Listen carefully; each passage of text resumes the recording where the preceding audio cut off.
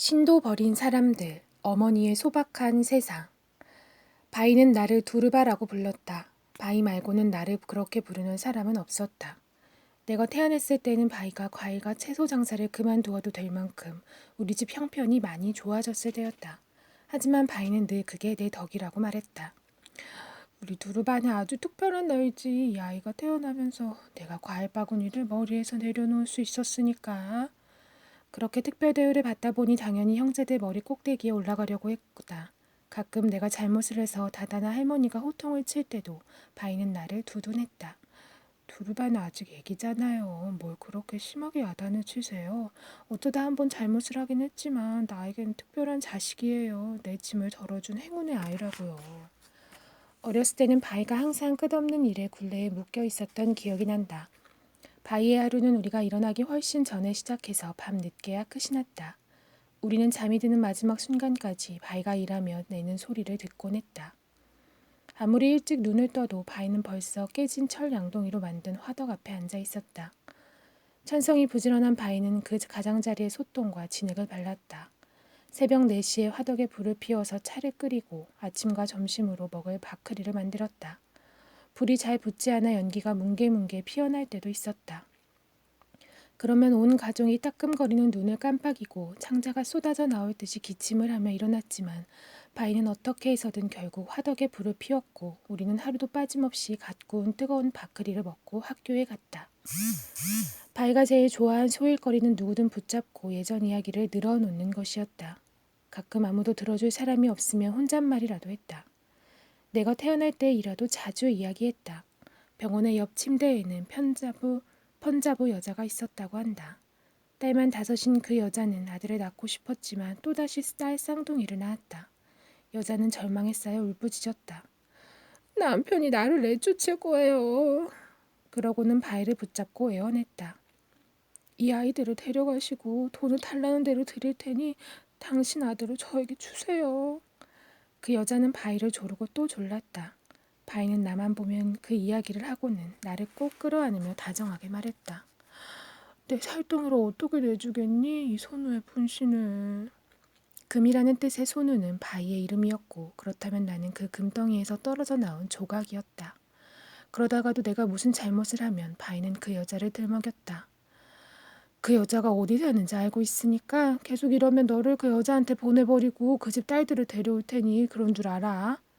나는 바이가 정말로 나를 모르는 아줌마한테 보내버릴까봐 얼른 말을 들었다. 우리가 어렸을 때 바이는 신화에 나오는 크리슈나와 그의 순진한 동반자 펜디아의 이야기를 들려주었다. 노래를 적절히 섞어가며 이야기를 실감나게 하는 데에는 바이를 따라올 사람이 없었다. 그래서 우리는 이야기를 더 해달라고 조르곤 했다. 그 중에서 제일 감동적인 건 칠라야라는 아기 이야기였다. 삼신일체로 천상의 3대 신인 브라흐마와 비슈누와 시바는 나의 믿음을 시험해보고 싶었다. 그들은 사두로 변장하고 친구나의 집을 찾았다. 그녀는 아기인 칠라야와 놀고 있었다.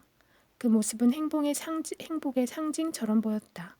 까맣고 예쁜 눈동자에 윤기가 흐르는 머리와 투명할 만큼 흰 피부에 드리운 머리카락의 그림자. 사랑스런 눈으로 아들을 바라보는 그녀에게서 모성애가 흘러넘쳤다.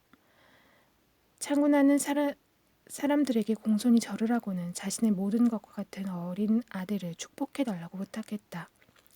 사도들은 배가 너무 고프니 먹을 것을 준다면 큰 복을 받을 거라고 말했다. 창군하는 공손히 절을 하며 배고픈 사도에게 음식을 바치는 것은 더 없는 영광이므로 모든 원하는 음식을 내오겠다고 대답했다. 사도들은 자신들의 허기는 한 가지 음식, 오로지 그 음식만으로 채울 수 있다고 말했다. 그러면서 창군나가 그걸 바칠 수 있으리라고는 믿지 않는다고 덧붙였다. 창군나는 말씀만 하시면 당장 준비하겠다고 약속했다. 사도들은 그녀에게 칠라야를 바치라고 했다. 이야기가 이 부분에 이르면 아무리 여러 번 들었어도 그리고 결과가 어떻게 된다는 걸 알고 있으면서도 모두들 속이 상하고 바짝 긴장되어 손톱을 깨물거나 부디 이야기가 행복하게 끝나기를 바라며 조바심을 쳤다.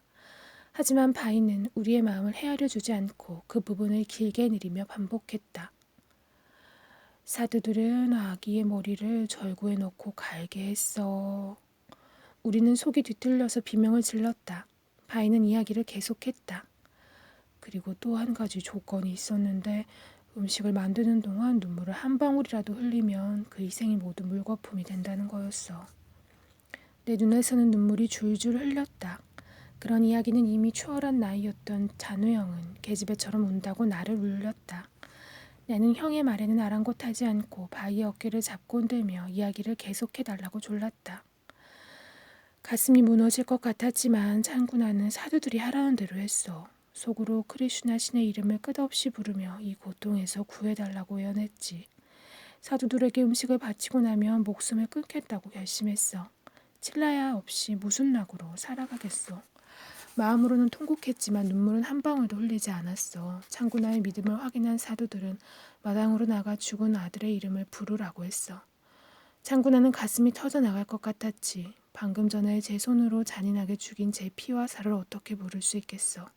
하지만 그래도 사두들이 시키는 대로 했어. 창구나는 이렇게 외쳤어. 칠라야, 사랑하는 내 아가 칠라야, 이리 오렴 아가야. 가슴으로 부르는 소리에 대답하렴. 네 팔찌가 딸랑이던 소리가 귓가를 떠나지 않는데 나는 눈물 한 방울 흘릴 수 없구나. 아가 칠라야, 돌아오렴 내 아가. 내 팔은 너를 안고 싶어 저리고 내 가슴은 네게 젖을 물리고 싶어 쑤시는데 내 아가, 내가 죽기 전에 이 어미에게 오렴.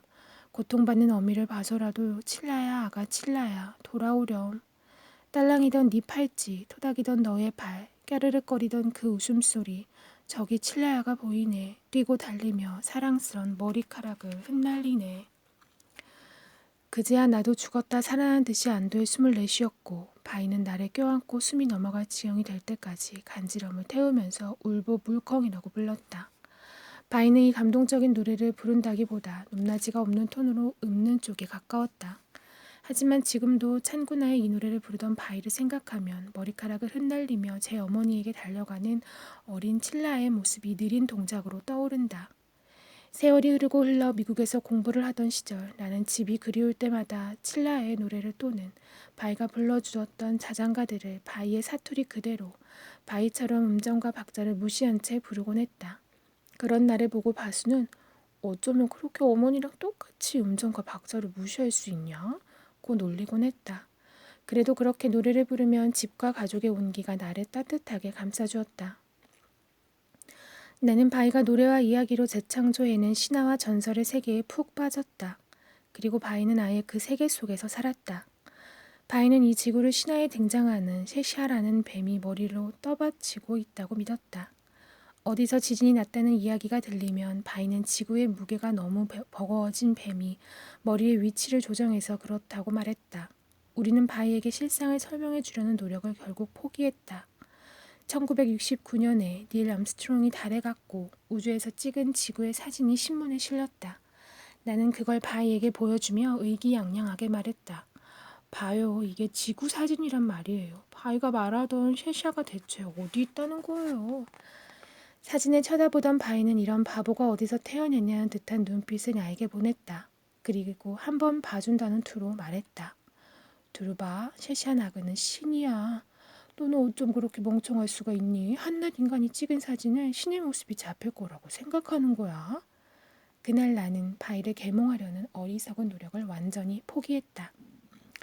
무슨 물건이라도 도착하면 바이는 그걸 묶었던 끈을 풀어서 정성스레 다시 타래를 지었다. 나중에 쓸 일이 생길지도 모르잖니. 바이는 포트 트러스트에서 300루피 남짓한 연금을 받는다. 바이는 그걸 염금이라고 부른다. 이 염금을 가져다주는 집배원을 기다리는 것도 바이에게는 중요한 소일거리 가운데 하나다. 가게에 큰 도움이 되는 건 아니지만 바이에게는 무척 중요하다. 집배원이 하루라도 늦으면 안절부절 못한다. 집배원이 연금을 가져오면 고작 50파이사를 준다. 바이는 그걸 굉장히 넉넉한 사례라고 생각한다. 한 번은 집배원이 안쓰러워서 길목을 지키고 있다가 10루피를 건네며 연금을 제 날짜에 배달해달라고 부탁했다. 그는 돈을 고맙게 받아 주머니에 넣고는 이렇게 말했다. 이런 말씀을 드려서 죄송합니다만 선생님이 주신 10루피는 할머니가 애정을 담뿍 담아서 주시는 50파이사와는 비교할 수도 없답니다. 바이는 다다를 자다부라고 불렀다. 남편을 성으로 부르는 걸 이상하게 여기는 사람이 많았기 때문에 다다는 종종 역정을 냈다. 소니, 당신은 아직도 바보 멍청이야. 다다가 화를 낼 때는 아무도, 심지어 바이조차 입도 뻥끗하지 못했다. 하지만 바이는 애둘러하는 공격에 능했다. 자식들을 꾸짖을 때도 다다를 끼워 넣었다. 콩 심은데 콩나지, 팥나겠어? 두 분의 애정은 잘래비를 먹는 모습에서 드러났다. 잘래비는 두 분이 제일 좋아하는 과자였다. 서로에게 하나라도 더 먹이려는 모습은 인생의 환홍역에 무르익은 아름다운 사랑을 보는 것 같아서 참 정겨웠다. 다다와 바이는 의사에게 불만인 것 같으면서도 병원에 가는 걸 좋아했다. 의사가 식이요법을 처방하면 다다는 그걸 지켰다. 겉으로는 가벼운 의사를 가지고 가여운 의사를 가지고 장난을 쳤지만 속으로는 그를 신뢰했다. 바이는 정반대였다. 세상의 의사란 의사는 전부 당신의 바보 같은 자식들을 꼬드기고 속여서 말도 안 되게 비싼 진료비를 받아낸다고 철석같이 믿었다. 그래도 몇 년에 한 번씩 병원에 입원해서 모든 친척들에게 문병을 오게 만들어 소원했던 관계를 정리하는 기회로 삼았다. 바이의 생각을 가늠하기는 쉽지 않았다. 이 책이 마라티어로 출간되었을 때 타임스 오브 인디아의 기사가 실렸다. 나는 함께 실린 다다의 사진이 너무 반갑고 자랑스러워서 바이에게 보여주었다. 이런 반응을 보이리라고는 상상도 하지 못했다. 나한테 네 아버지 얘기는 하지도 마라. 어찌나 까맣고 못생겼는지. 또 한 번은 영어 주간지인 더 위크의 기자가 인터뷰를 하러 집으로 찾아왔다. 그는 바이와도 이야기를 나누고 싶어 했다.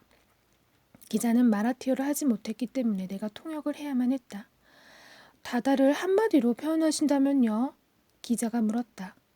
말할 것도 없이 까맸지만 좋은 사람이었어요. 바이가 대답했다.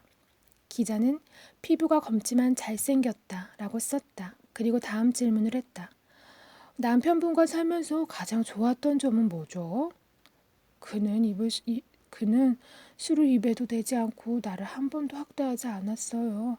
가장 좋았던 건 나를 때리려고 손을 쳐든 적이 한 번도 없다는 거예요. 그 세대 여성들의 소박한 기대를 그대로 대변해주는 이야기였다. 다다가 세상을 떠난 후 바이는 부쩍 늙었다. 바이는 까마귀에게 먹이를 주며 말을 거는 걸 좋아했다. 색깔 말고는 까마귀와 다다가 비슷한 점이라고는 없었지만 바이는 다다가 까마귀가 되어 당신을 만나러 온다는 믿음을 버리지 않았다. 매일 밥을 먹기 전에 부랴부랴 까마귀가 먹을 부스러기를 주러 나가서 이렇게 중얼거리곤 했다. 자다보가 온 것 같으네. 아마 바이는 그 새들하고도 가끔씩 말다툼을 벌이지 않을까 싶다.